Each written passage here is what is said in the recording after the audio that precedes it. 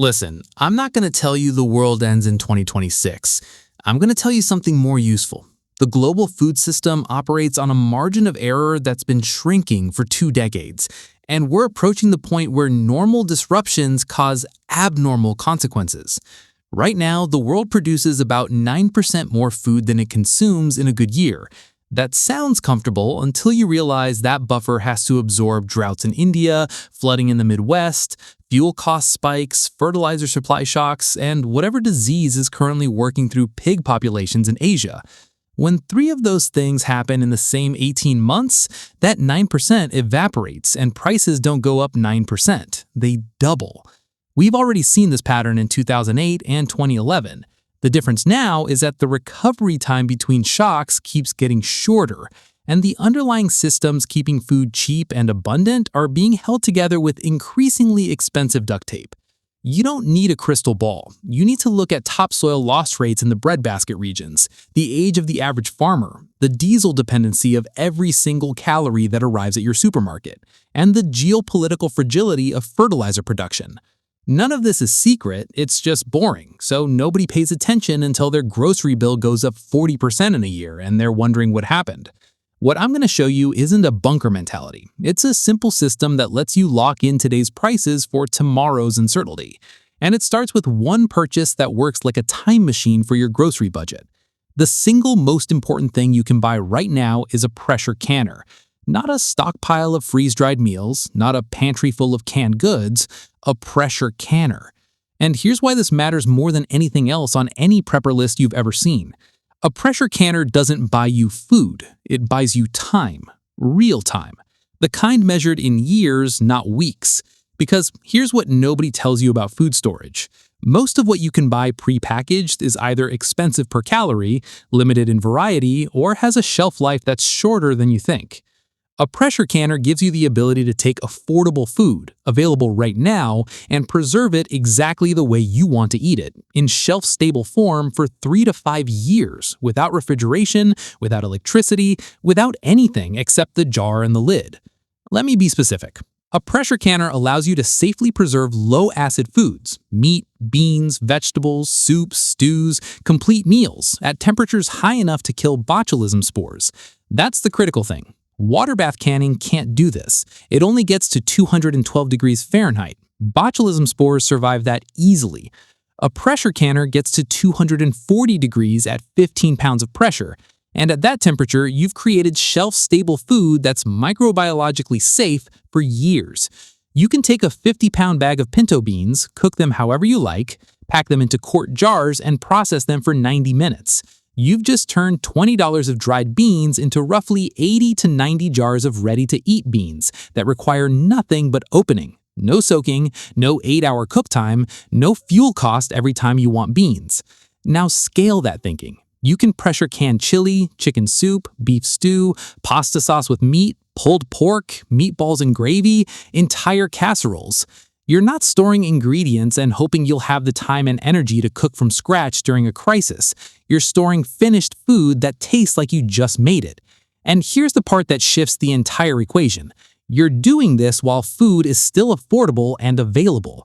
A pressure canner lets you act like a distribution center for your own household. When chicken goes on sale, you buy 30 pounds, cook it and can it. When dried beans are cheap, you turn them into something you'll actually want to eat. You've just bypassed the massive markup on canned goods and created a pantry that reflects your actual diet, not whatever's on the prepper shelf at Costco. The economics are absurd once you see them clearly. A quality pressure canner costs between $150 and $350 depending on size and brand. Let's say you spend $200. In 1 year of normal use, canning sales, bulk purchases, garden surplus, you'll save enough food to save $400 to $600 compared to buying equivalent commercial canned goods. And that's before accounting for the price increases that are already happening. Over 5 years, that pressure canner has paid for itself 8 to 10 times over, and you've built a rotating stock of real food that doesn't depend on just-in-time logistics or stable fuel prices. This is the foundation.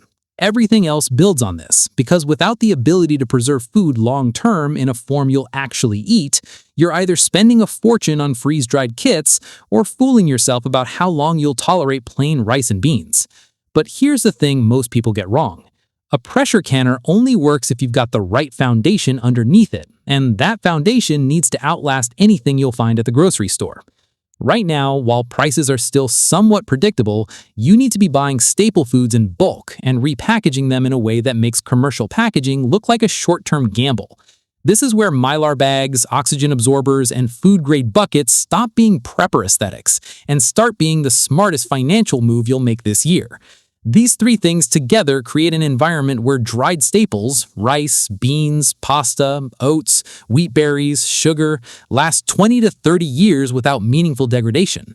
You're doing this because you don't think you need 30 years of food. You're doing this because in 2 years, when wheat prices have climbed and rice exporting countries start limiting shipments to protect domestic supplies, you'll have locked in today's prices for the next decade.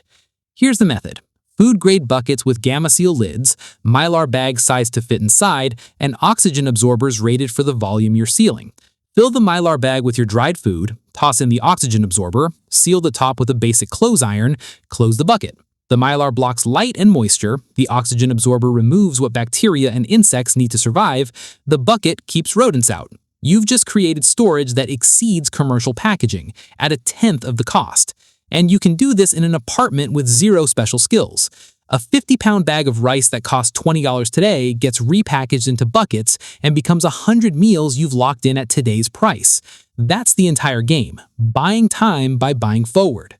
Now, stored staples give you years of insurance, but they assume the disruption is temporary. What happens when it's not, when the food system doesn't snap back because the things breaking it are structural, not seasonal? That's when heirloom seeds stop being a hobby and become the difference between adapting and struggling. You need open-pollinated seeds that produce plants whose seeds you can save and replant season after season, not hybrids that revert to garbage genetics after one generation. Heirloom seeds are reproducible. You buy them once, learn to save them, and you've removed yourself from a dependency loop that assumes seed companies will always be accessible and affordable. Focus on calorie-dense crops that grow in your region, potatoes, beans, squash, corn if you have space, but build them into a simple ecosystem with cover crops and companions, so you're working with biology instead of fighting it. Get the seeds now while they're cheap, store them cool and dry in sealed containers, and you've bought an option on future food security that costs almost nothing to maintain. And here's the bridge most people miss. Those whole grains you stored in buckets are only useful if you can turn them into something you can actually cook with. Whole grains last decades. Flour lasts months because the oils oxidize and go rancid once it's ground.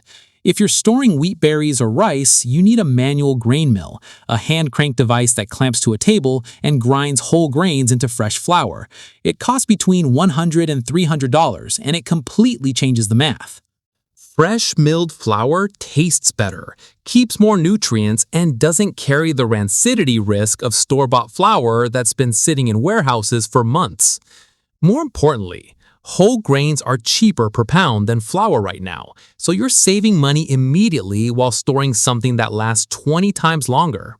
A grain mill isn't a luxury. It's the bridge between long-term storage and actual meals.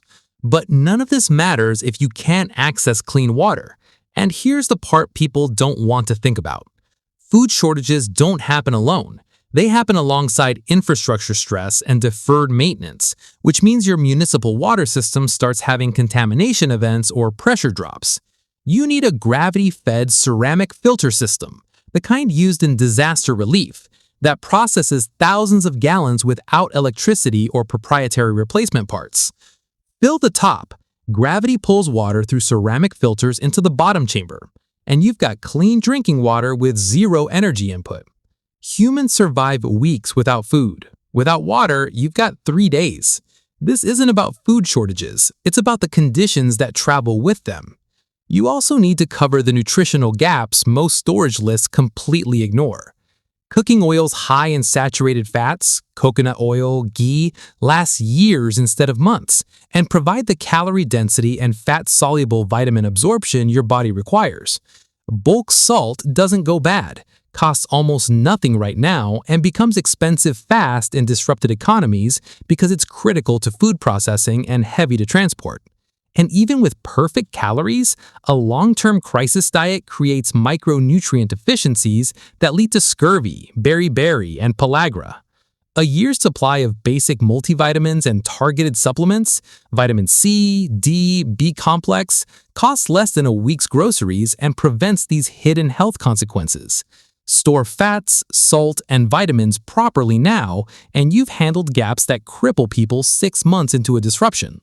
So here's what this actually looks like in practice. Imagine two people in 2027.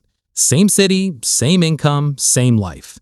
The grid's fine, grocery stores are open, but wheat's up 60%, cooking oil has doubled, and meat prices are making people rethink their diets involuntarily.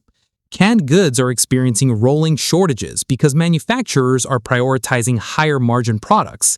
It's not empty shelves, it's empty sections rotating unpredictably, and no one knows when things will restock. Person 1 is spending $400 a month on groceries that used to cost $250. They're stressed, cutting back, eating worse, trying to figure out how long this lasts. Every shopping trip is a negotiation with prices that don't make sense. Person 2 opens their pantry and sees 100 jars of food they canned 2 years ago when chicken was cheap. They've got buckets of rice and beans that cost 70% less than current prices. They're grinding fresh flour from wheat berries bought in bulk before the spike. Their small garden is producing, not enough to live on, but enough to supplement and reduce dependency. They're filtering water because the city sent another boil notice, and they don't even think about it anymore. They're not unaffected by what's happening, they're insulated, buffered. They have time to adapt while everyone else is still trying to figure out what just happened. That's the difference this system creates. Not survival versus catastrophe, stability versus chaos. The ability to maintain something close to normal when normal becomes expensive and unreliable for everyone else. And the entire system costs less than 3 months of groceries spread out over a year of gradual acquisition. A pressure canner, buckets, mylar and oxygen absorbers, seeds, a grain mill, a water filter, bulk staples, fats, salt, and vitamins. None of it is dramatic. You're just building optionality and locking in prices in a world where both are disappearing. The people who will be fine aren't the ones with bunkers and tactical gear. They're the ones who quietly built infrastructure while it was boring, who locked in prices while things were stable, and who created flexibility that doesn't assume everything works perfectly forever. You're not preparing for the end of the world. You're preparing for the vastly more likely scenario where things still mostly function, but they function expensively, unreliably, and with interruptions that catch unprepared people at the worst moments. So here's what you do this week. Not everything at once, just the first step. Buy the pressure canner or put it on order. Get one 5-gallon bucket setup, bucket, mylar bag, oxygen absorbers, and fill it with rice or beans, just to prove to yourself how simple it actually is. That's it. 2 actions. You've started building the system. Next week, add another bucket. The week after, grab seeds. Month 2, save for the grain mill. You're not panicking. You're not hoarding. You're methodically building a buffer while you still have the luxury of doing it slowly and deliberately. Because the window for easy preparation doesn't stay open.